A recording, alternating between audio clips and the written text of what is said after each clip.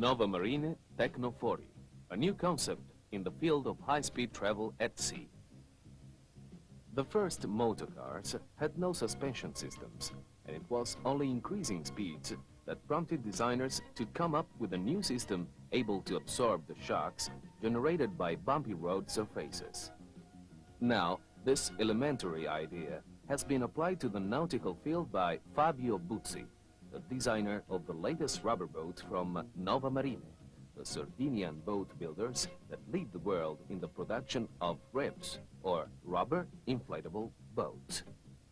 Nova Marine 40 is the perfect synthesis of the speed offered by FB hulls, now virtually unbeatable, thanks to years of experience in offshore competition, and the comfort and safety guaranteed by inflatable boats. The proving ground chosen for this original boat was the third Venice Monte Carlo event, the world's most glamorous offshore race, included as of this year in the Martini Endurance Offshore Trophy. The return of the prestigious Turin-based drinks company to the world of powerboat racing is a source of great satisfaction for all those who believe in this sport. At 9 a.m. on Saturday, the 11th of July, 26 boats assemble up in the Lido di Venezia for the start of the first leg.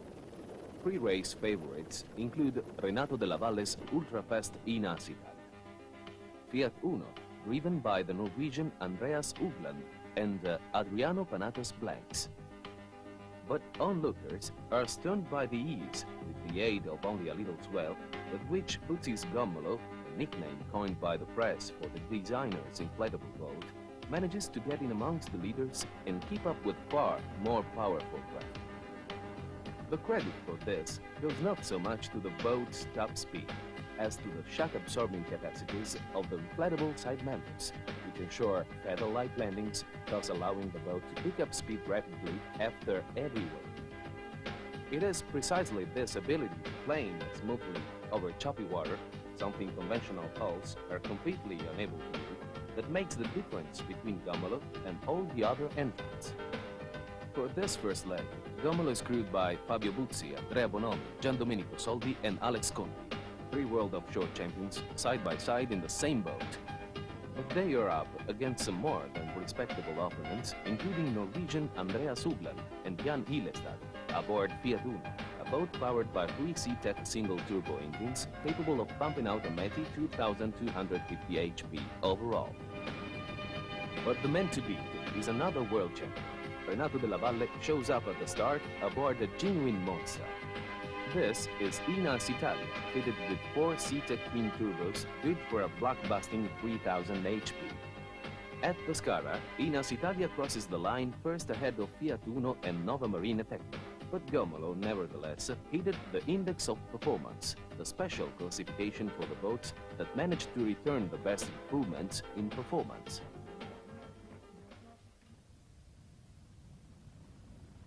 The second leg from Pescara gets off to a fine start. Sunshine and sparkling blue water provide a fitting backdrop for the 19 boats that survived the first leg, as they shoot off towards Trani for one of the shortest legs in this Venice to Monte Carlo race. But the sea is still too calm to allow the rib to unleash all its potential.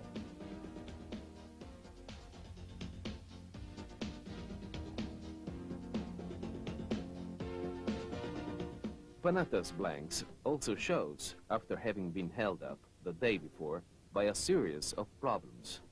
Under such conditions, the crew of the rubber boat can do little else but admire the enormous power of their opponents and pray that a rougher sea will blow up and thus give them a chance to show what they can do. This leg is dominated by a fine duel involving Inas Italia, Fiat Uno, and Blanks. The three multi-engine boats speed along neck and neck at about 160 kilometers an hour until they get to the Tremiti Islands, after which Della Valle strides away from his adversaries to win this second leg with a flying finish. Gommolo comes in fourth to maintain a firm grip on the first place in the Index of Performance, while Daniel Scioli in Argentina Marlboro takes fifth place. The courageous Argentinian driver and his teammates Luca Nicolini and Dennis Taylor climbed to 5th place in the overall rankings and took the lead in the sport open class. The Venezia Monte Carlo circus is greeted with great enthusiasm at Trani. The enormous efforts put in by both competitors and organizers are thus rewarded with a typically warm southern Italian welcome. Unfortunately, the rain, which had begun to fall towards the end of this leg, got particularly heavy during the award ceremony, causing many spectators to desert their heroes.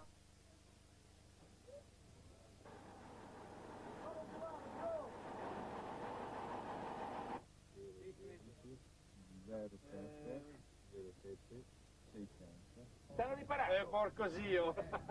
Ho riparato sì. Abbiamo vedo ragazzi, gli picchiavano le orecchie. No, non ho detto niente! After every leg, the rib is hoisted up for a routine inspection, and as usual it is clear that the inflatable parts have done their job perfectly, soaking up the impacts created every time the rigged structures encounter a wave. The powertrain, made up of screws, rudder, and surface piercing system, is also checked. The rib, like another 13 boats, is fitted with a Trimax TR 2100 surface piercing transmission. Onlookers at Crotone are treated to the first really spectacular start with a force 4 wind whipping up the surface of the sea. The resulting waves finally give Nova Marine Techno the chance to show just what an astonishing performer it really is. Gomolo starts among the leaders and is already in the lead after only a few hundred meters. In the space of a few miles, it has left the pack well behind. It seems impossible for a boat with only 2 engines to outpace opponents with 4 engines and twice the horsepower. But it is precisely these sea conditions that the rib's suspension system enables it to maintain speeds 20% higher than those of all its rivals.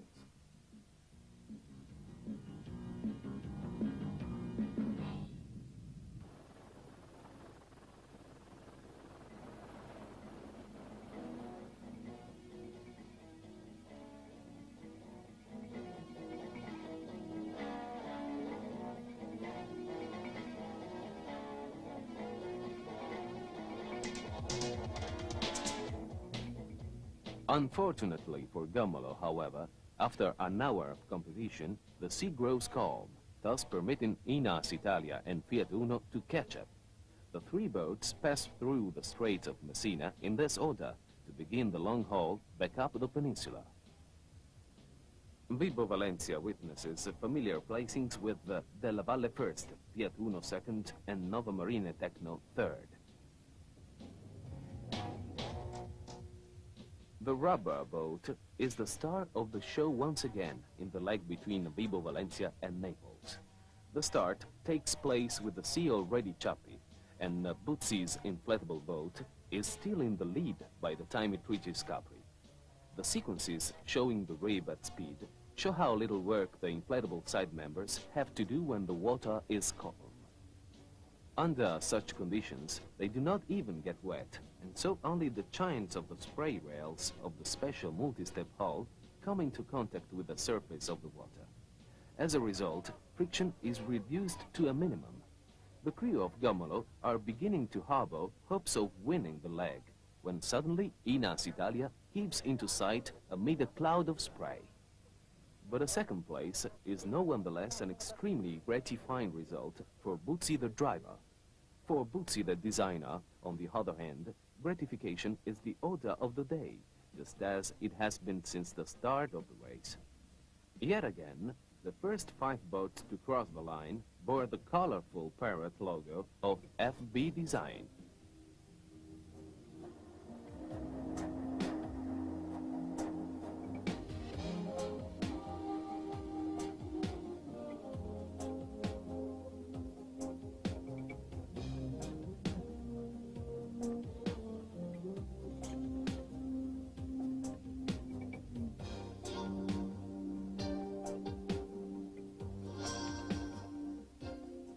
The rib was designed as a working vessel with application in fields like search and rescue work and Coast Guard duty. The rear platform, which allows drivers and crewmen to get in and out of the boat with ease, was designed with exactly this kind of work in mind. The last leg, from Genoa to Monte Carlo, is a triumphal progress for Della Valle and his Inas Italia. A perfectly calm sea means that there is virtually no chance of any upsets, while the reliable and super-fast SeaTech engines allow him to fly across the water once more at a breakneck 180 kilometers an hour. Given these conditions, Gomolo is unable to mount much resistance. On the other hand, it has already shown what it can do, and it would be both fruitless and unsporting to hope that results achieved fair and square in the field will somehow be overturned. Della Valle's quadruple engines provide the kind of overwhelming power permitted by the rules for the prototype class. But at the end of the day, the Rib steals the show yet again. It had already won the Barcelona-Seville event, but no one had expected a twin-engined craft to provide such sparkling performance.